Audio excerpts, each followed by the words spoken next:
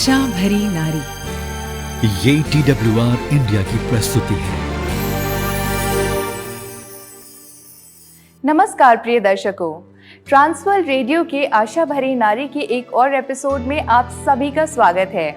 ये कार्यक्रम समर्पित है देश भर में ऐसी महिलाओं के निर्माण में जो विश्वास योग्य, दूसरों का उत्थान करने वाली और आशा से भरी हों। हमें उम्मीद है कि आप पिछले सप्ताह के एपिसोड से प्रेरित हुए हैं और प्रोत्साहित हुए हैं। मैं हूं ग्रेस और आज हमारे साथ हैं डेबोरा जो आपके होस्ट होंगे। बहनों, हमारे साथ जुड़ने के लिए धन्यवाद। इस सप्ताह हम मसीह में एक होने पर चर्चा करना जारी रखते हैं। पिछले कुछ हफ्तों में हम कलीसिया के लिए परमेश्वर की योजना, मंशा और उद्देश्य के बारे में बातें कर रहे हैं। वह एकता जिसे वो हम सब में मसीह की देह बुलाता है और यह किस तरह प्राप्त की जा सकती है जब हम में से प्रत्येक व्यक्तिगत और कलीसिया के रूप में मसीह को जो हमारा सिर है उसके प्रति पूर्ण समर्पित होंगे। आज इस श्रृंखला के अंत में हम बात करेंगे कि कैसे कलीसिया में एकता केवल पवित्र आत्मा में और उसके माध्यम से प्राप्त की जा सकती है।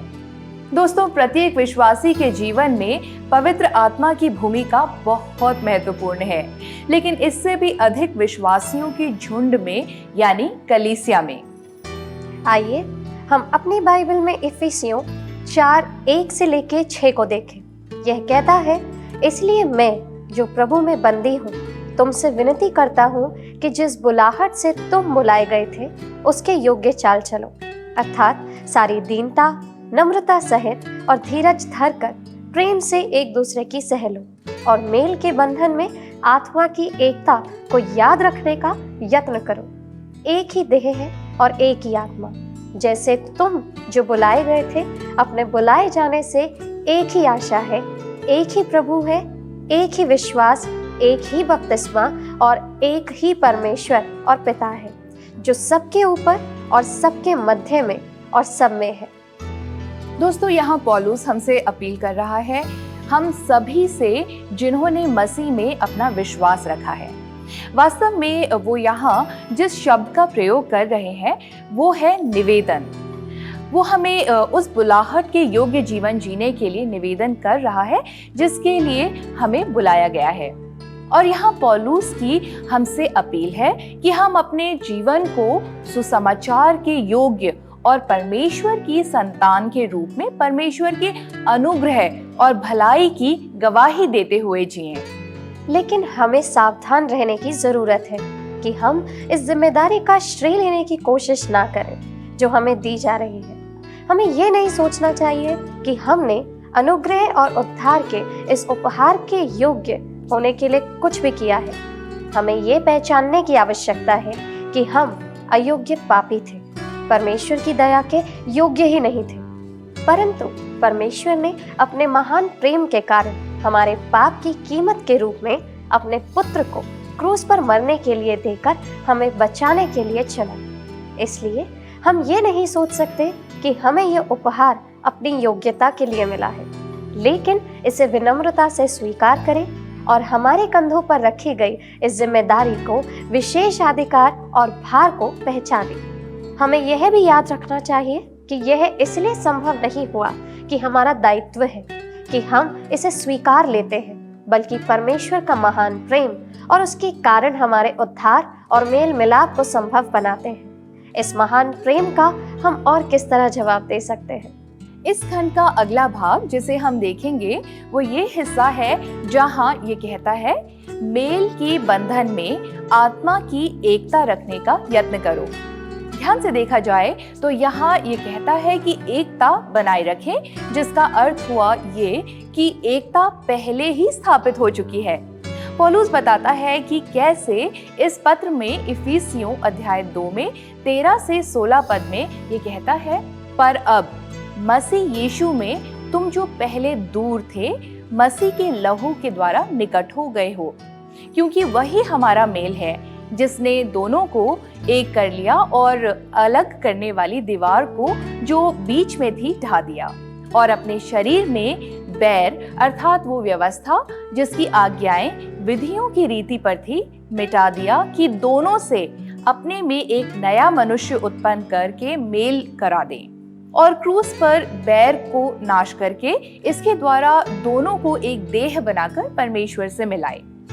यहाँ जिन दो समूहों के बारे में बात की जा रही है दोस्तों, वे यहूदी और अन्य जाति हैं। और पौलुस यहाँ वर्णन करता है कि कैसे हम सभी को मसीह के लहू के द्वारा एक बनाया गया है।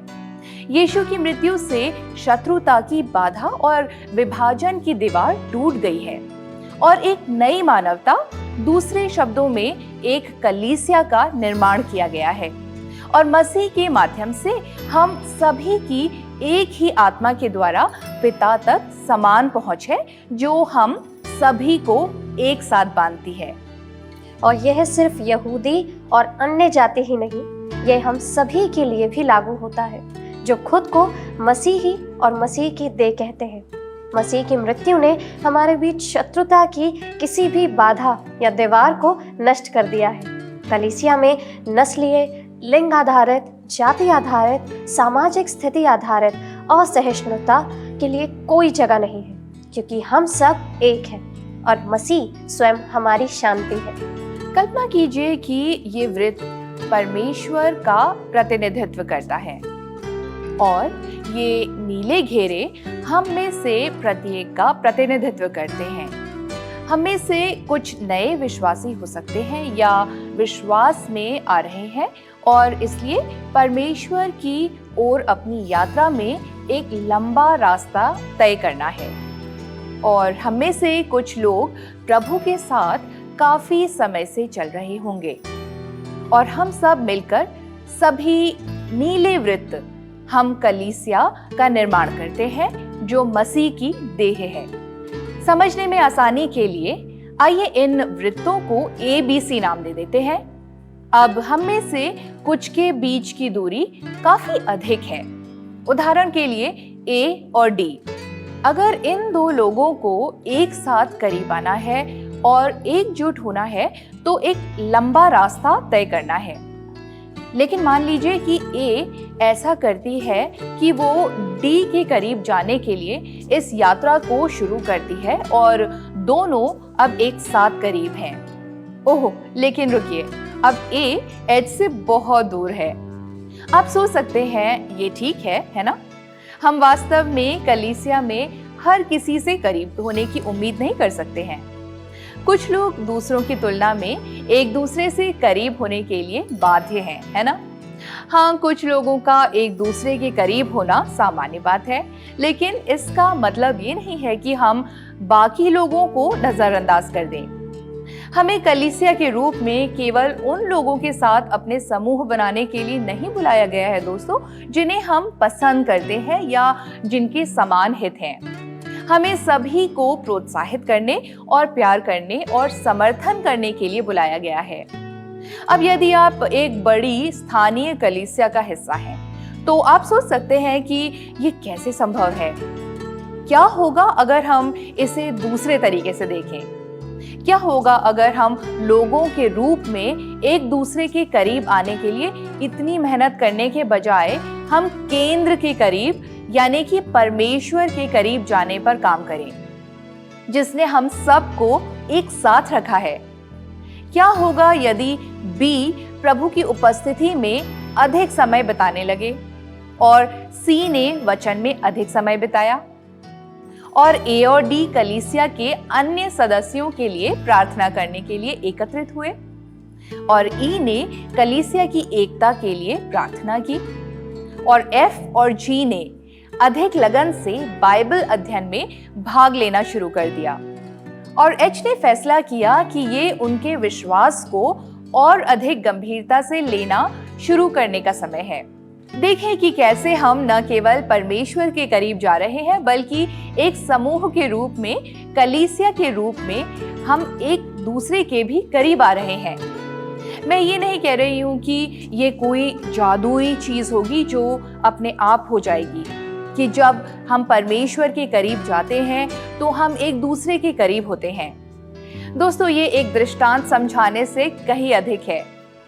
इसके लिए प्रयास की आवश्यकता है। हमारे साथी कलीसिया के सदस्यों के लिए प्यार स्वतः या स्वाभाविक रूप से नहीं होने वाला है। लेकिन जैसे जैसे हम परमेश्वर के करीब आते हैं, परमेश्वर का वचन हमें और अधिक प्रेमपूर्ण, अधिक अनुग्रहकारी, दयालु और अधिक आसानी से क्षमा करने के लिए तैयार होने के लिए प्रेरित करेगा। नम्र होने के लिए, क्योंकि हम जानते हैं कि हमें कितना क्षमा किया गया है। पवित्र आत्मा हमें नए तरीकों से मिलाप के लिए विवश करेगा जो हमने पहले कभी नहीं किया। दोस्तों, वो हम में कलीसिया, दबे कुचलों, जरूरतमंदों और दूर दराज लोगों के लिए सच्ची चिंता और प्रेम पैदा करेगा। लेकिन ये सब तभी होगा जब हम पवित्र आत्मा के कार्य के प्रति समर्पण करने को तैयार हों। यही कारण है कि इफिसियों के उस पद में पौलुस इस एकता के बारे में ऐसी बात करते हैं जैसे ये आत्मा द्वारा हो। यह पूरी तरह से हम में आत्मा का कार्य है जो हमें उन मतभेदों को दूर करने में सक्षम बनाता है जो अन्यथा हमें परेशान करते हैं। यह आत्मा की अगुवाई और सलाह के प्रति समर्पण है जो हमें आत्मधार्मिकता या निराशा या क्रोध के बजाय प्रेम पूर्वक काम करने का अनुग्रह देता है। यह आत्मा ही है जो हमें मजबूर करता है कि हम एक अनजान व्यक्ति के लिए प्रार्थना करते हैं, उन्हें कॉल करते हैं या उन्हें वचन भेजने का निर्णय ले लेते हैं और इस काम के लिए प्रेरित होते हैं और बाद में पता चलता है कि उस व्यक्ति को ठीक उसी समय इसकी आवश्यकता थी। यदि हम मसीह में नहीं होते या आत्मा के नेतृत्व में नहीं होते तो हम केवल अपने निजी बुलबुले में होते, केवल अपने स्वयं के जीवन, अपनी आवश्यकताओं और इच्छाओं, अपनी सफलताओं, अपनी निराशाओं और अपने संघर्षों के बारे में चिंतित होते। सब कुछ सिर्फ हमारे बारे में होता। और अगर इस समय परमेश्वर आपसे बात कर रहे हैं और आपको विश्वास दिला रहे हैं कि आपका जीवन ऐसा ही है कि परमेश्वर को केवल साप्ताहिक आराधना, सेवा या उन 5 मिनटों तक सीमित रखा जा रहा है जिन्हें आप अपना मनन का समय कहते हैं, तो यह आपके जीवन को गंभीरता से लेने का समय हो सकता है। परमेश्वर आपके जीवन में उन विशिष्ट स्थानों और समयों तक सीमित नहीं रहना चाहते। वे हर चीज का हिस्सा बनना चाहते हैं। वास्तव में उसे हर चीज से ऊपर और हर चीज के नियंत्रण में होना चाहिए। वास्तव में हो सकता है आप ऐसा नहीं चाहती हो, लेकिन आप अपनी बागडोर किसी एक और आत्म केंद्रित रचित मनुष्य के हाथों में नहीं सौंप रहे हैं। ये स्वयं सृष्टि करता है, प्रेम का स्रोत है, जिसे प्रदर्शित करने के लिए उसने आपके लिए अपने इकलौते पुत्र को भी नहीं छोड़ा, क्योंकि वो हम सभी से प्यार करता है और वही है जो आपके जीवन का स्टीयरिंग व्हील मांगता है। क्या आप अपने जीवन के लिए उस पर भरोसा नहीं करेंगे जिसने आपके लिए अपना पुत्र दिया? क्या कुम्हार ये तय करने के लिए सबसे अच्छा व्यक्ति नहीं है कि मिट्टी का क्या बने? क्या हम अपने उद्देश्य को उसके हाथों से पूरा नहीं करेंगे जिसने हमें बनाया है? यदि आपने पहले ऐसा नहीं किया है दोस्तों, तो क्या आज आप अपना जीवन प्रभु को देंगे?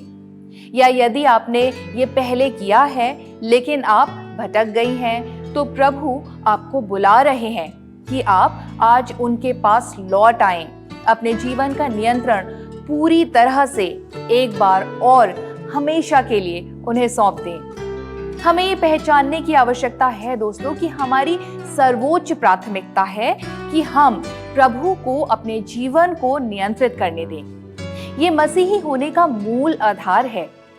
उसके बिना हम कलीसिया भी नहीं हैं। हम अपने विषय मसीह की देह में एकता पर वापस आते हैं जो आत्मा द्वारा आती है। इस एकता को 3 चीजों के रूप में परिभाषित किया जा सकता है। आइए सबसे पहले बात करते हैं हमारी धारणाओं में एकता और समन्वय की। इफिसियों 4:13 परमेश्वर के पुत्र के ज्ञान की एकता प्राप्त करने के बारे में बात करता है। हम मसीह को केवल पवित्र शास्त्र से ही जान सकते हैं। हमें कलीसिया के रूप में एक साथ वचन का अध्ययन करने, उसकी गहराई जानने और यीशु के व्यक्तित्व और चरित्र को जानने और समझने के बाद अपने जीवन में उसके अनुरूप बनाने की आवश्यकता है। हमें कलीसिया के रूप में एक साथ वचन का अध्ययन करने, उसकी गहराई जानने और यीशु के व्यक्तित्व और चरित्र को जानने और समझने के बाद अपने जीवन को उसके अनुरूप बनाने की आवश्यकता है। तभी हम सभी अपने विश्वास और धारणाओं में एकजुट हो सकते हैं। और अगर हम आस्था और एकता के बारे में बात करें तो यही पद आस्था में भी एकता की बात करता है। हमें अपने विश्वास में एकमत होना चाहिए कि प्रभु क्या कर सकता है। हमें परमेश्वर की संप्रभुता, उसकी सिद्ध इच्छा और हमारे इस विश्वास में कि वो अपने प्रेम करने वालों के लिए हर बात में भलाई उत्पन्न करता है, अपनी इस समझ में भी एक होना चाहिए। कभी कभी हम इसका गलत अर्थ निकाल लेते हैं कि हमें कभी कठिनाइयों या संघर्षों का सामना नहीं करना पड़ेगा, लेकिन इसका अर्थ ये है कि हमारे साथ जो कुछ भी होता है उसके अंत में परमेश्वर हमारे भले के लिए कार्य करता है। यदि हम प्रभु के प्रति समर्पित रहते हैं, तब यदि हमें परीक्षाओं से भी गुजरना पड़ता है तो अंतिम परिणाम हमारे भले के लिए और उनकी महिमा के लिए होगा। इसलिए याकूब 1 उसका 2 से 4 कहता है, हे मेरे भाइयों, जब तुम नाना प्रकार की परीक्षाओं में पड़ो तो इसको पूरे आनंद की बात समझो, ये जानकर कि तुम्हारे विश्वास के परखे जाने से धीरज उत्पन्न होता है। पर धीरज को अपना पूरा काम करने दो कि तुम पूरे और सिद्ध हो जाओ और तुम में किसी बात की घटी ना रहे। अब अगर बात करें प्रेम में एकता की, हमने पहले इफिसियों 2:1 से 4 में देखा कि क्रूस पर अपनी मृत्यु के माध्यम से परमेश्वर मसीह ने यहूदियों और अन्य जातियों के बीच शत्रुता को समाप्त कर दिया था। पूरे वैश्विक कलीसिया में इसको लागू करते हुए हमारे बीच किसी भी कारण से शत्रुता या मतभेद को मसीह के सर्वव्यापी प्रेम के द्वारा बदल दिया गया है। क्या आप कल्पना कर सकते हैं कि यदि हम सब उसके प्रेम से प्रेरित होते तो कलीसिया कैसी होती? संसार में हम अपनी छवि और अपनी प्रतिष्ठा को बनाए रखने के लिए बहुत सावधान रहते हैं।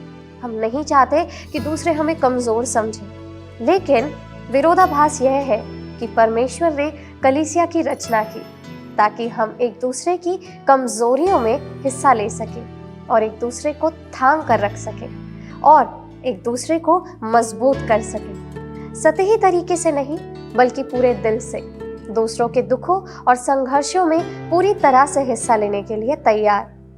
कठिन समय में एक साथ आने और एक साथ खड़े होने के लिए, जरूरत के समय एक दूसरे के लिए शारीरिक रूप से मौजूद रहते हुए, प्रार्थना, प्रेम, प्रोत्साहन, आशा के वचन, बुद्धिमानी की सलाह, सुनने वाले कानों के माध्यम से समर्थन देने के लिए। नीति वचन 16:24 कहता है, मनभावने वचन मधु भरे छत्ते के समान प्राणों को मीठे लगते हैं और हड्डियों को हरी भरी करते हैं। अक्सर परेशानियों के समय हमें बस इसी की जरूरत होती है, एकजुटता का प्रदर्शन और सुरक्षित स्थान और दर्द बांटने के लिए एक कंधा। और मसीह के प्रेम में चलती हुई कलीसिया ऐसी ही होगी। प्रेम में एकजुट कलीसिया की यही विशेषताएं हैं।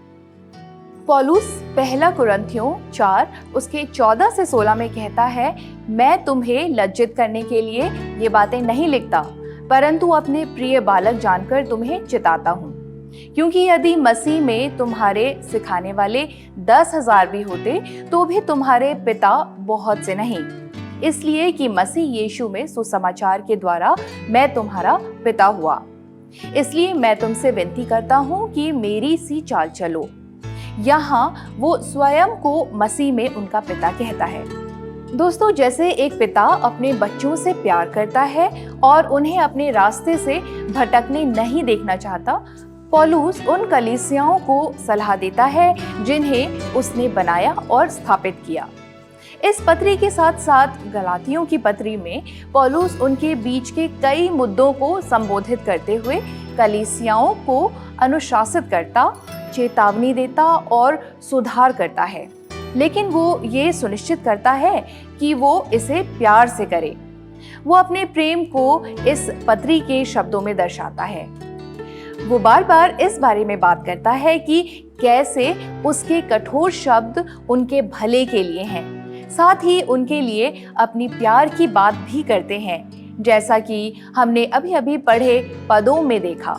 सच्चाई ये है दोस्तों कि वो इन कलीसियाओं को, जिनको उसने वर्षों पहले यात्रा के दौरान स्थापित किया था, अब समय निकाल के इन पत्रों को लिख रहा है।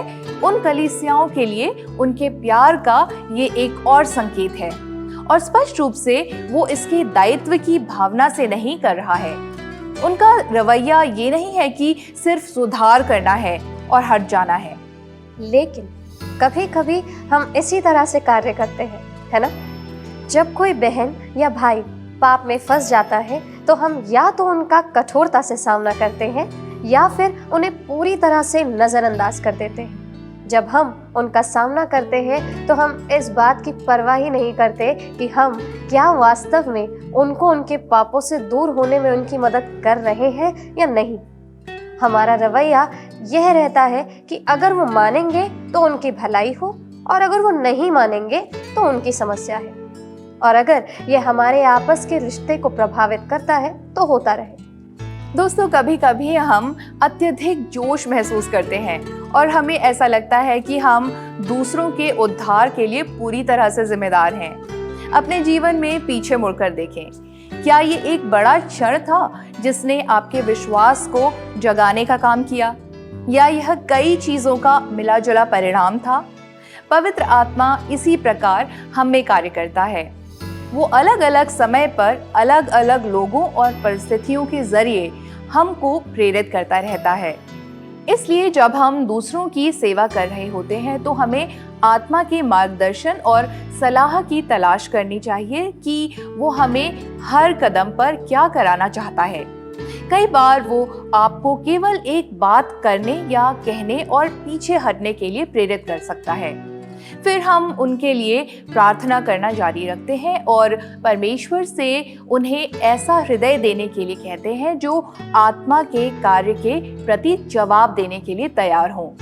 गलातियों 5:25 इसे इतनी खूबसूरती से कहता है, यदि हम आत्मा के द्वारा जीवित हैं तो आत्मा के अनुसार चले भी। हमें ना तो अपने दम पर आगे बढ़ना है और ना ही पीछे हटना है, और ना ही आत्मसंतुष्टि या आलसी होना है। इसके बजाय हमें हर कदम पर, जी हाँ, हर कदम पर आत्मा के साथ कदम से कदम मिलाकर चलना है। हम इफिसियों 4 के उस खंड पर वापस जाना चाहते हैं। यह इस बारे में बात करता है कि हम आत्मा में एकता कैसे बनाए रख सकते हैं। जॉन पाइपर, एक प्रसिद्ध धर्मशास्त्री, उन्हें प्रेम के 2 चरण कहते हैं, और यह कि वे दोनों हमारे जीवन में आत्मा के कार्य का परिणाम है। पहला है दीनता और नम्रता।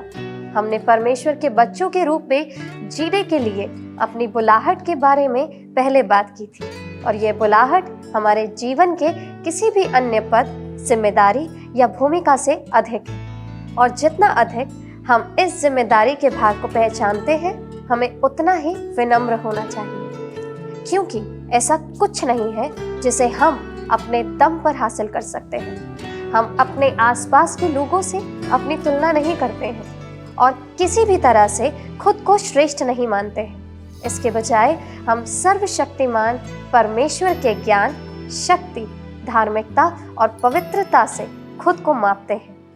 वह जो कोई पाप नहीं जानता था, वह जिसकी मूर्खता भी हमारे सर्वश्रेष्ठ विचारों से अधिक बुद्धि की है। और यह पवित्र आत्मा का कार्य है जो हमारी आंखों को परमेश्वर की महिमा और हमारी पूर्ण अयोग्यता के लिए खोलता है कि हम उसके सामने कितने निम्न हैं। दोस्तों, दूसरा चरण धैर्य और सहनशीलता है। सहनशीलता उदार, सहिष्णुता होने और संयम दिखाने की इच्छा और क्षमता है, और ये पहले चरण का प्रत्यक्ष परिणाम है। जब तक हम दीन, नम्र और विनम्र न हों, जब तक कि हम स्वयं को इस प्रकाश में न देख लें कि परमेश्वर कौन है और अपनी तुच्छता को नहीं पहचान लेते, तब तक हम दूसरों के प्रति धैर्यवान या उदार या सहिष्णु नहीं हो सकते हैं। हम हकदार महसूस करेंगे, हम लगातार महसूस करेंगे कि हम बेहतर के लायक हैं। कुछ दिन पहले मैंने पढ़ा था कि परमेश्वर के बच्चों के रूप में हमारी पहचान में सुरक्षित होना हमें ऐसा बनाता है जिसका अपमान नहीं किया जा सकता। और रोमियो 8:14 में परमेश्वर की संतान होने की परिभाषा ये है कि हम परमेश्वर की आत्मा के द्वारा चलाए जाते हैं। कल्पना कीजिए कि किसी चीज से आहत न हो। कल्पना कीजिए कि हम हर समय मसीह में कौन है इस बारे में इतने सुरक्षित, जमीन से जुड़े और सचेत रहें कि कोई भी कुछ भी कहता और करता रहे वो हमें कष्ट नहीं देगा या परेशान नहीं करेगा। ये एक सपने जैसा लगता है। वास्तव में ये असंभव है और असंभव सा लगता है, लेकिन हमें यही कामना करनी चाहिए। यही हमारा लक्ष्य होना चाहिए। और हमारे पास हमारा आदर्श और उदाहरण है यीशु। वो कभी किसी से नाराज नहीं थे, ना ही खुद को किसी से श्रेष्ठ मानते थे। अगर कभी किसी को खुद पर गर्व महसूस करने का अधिकार था तो वो यीशु थे। लेकिन वह सबसे विनम्र व्यक्ति थे, सिर्फ इसलिए नहीं कि उसने परमेश्वर के साथ अपनी समानता को त्याग दिया, बल्कि इस तरह से भी कि उसने यहाँ पृथ्वी पर जैसे अपना जीवन व्यतीत किया। वह तब भी बहुत कृपालु रहा जब उसने फरीसियों और उन लोगों से बात की जो उसकी परीक्षा लेने और दोष लगाने के लिए आए थे। यहाँ तक कि सबसे पापी लोगों के लिए भी वो न्याय करने वाला या निंदा करने वाला नहीं था। हालांकि केवल वही है जिसे न्याय करने का अधिकार है। उसने उन लोगों को भी क्षमा कर दिया जिन्होंने उसे सूली पर चढ़ाया था। ऐसी थी उनकी विनम्रता, और वह कितने धैर्यवान, दयालु और संयमी थे। और इसी तरह हमें होने के लिए कहा जाता है। इन सब का मूल प्रेम है। यीशु ने जो कुछ भी किया है वो सब कुछ प्रेम से नियंत्रित था। और ये प्रेम आत्मा का फल है। ये आत्मा है जो हमें प्रेम करने में सक्षम बनाती है। ये आत्मा है दोस्तों जो हमें यीशु के समान प्रेम करने के लिए विवश करती है। यूहन्ना 13:35 में यीशु कहते हैं, यदि आपस में प्रेम रखोगे तो इसी से सब जानेंगे कि तुम मेरे चेले हो। दोस्तों, आत्मा के अलावा हम परमेश्वर की भव्यता और अपनी तुच्छता को नहीं देख सकते हैं। आत्मा के अलावा हम धैर्य नहीं दिखा सकते हैं या दूसरों पर कृपा नहीं कर सकते। आत्मा के अलावा हम प्रेम नहीं कर सकते हैं, और आत्मा के अलावा हम उस तरह की एकता का प्रदर्शन भी नहीं कर सकते हैं जो मसीह की देह के अनुरूप हो। आइए कुछ पल हम प्रार्थना में बिताएं।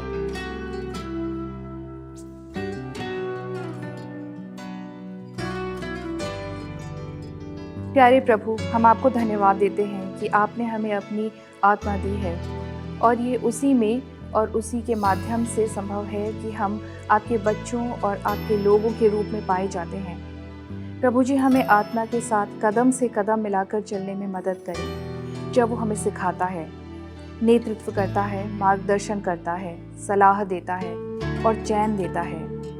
और हमें अपने आसपास के लोगों के लिए यीशु का प्यार प्रदान करें, ताकि हम मसीह के देह में अपने साथी विश्वासियों को वैसा ही प्यार दिखाएं।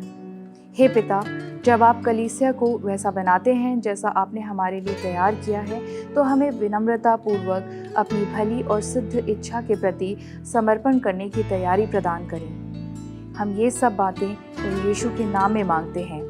आमीन।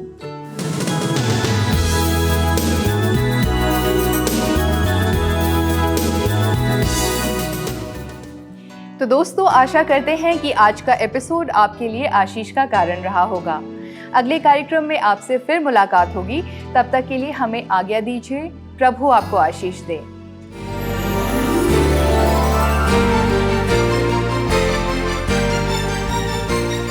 आशा भरी नारी। ये TWR इंडिया की प्रस्तुति है।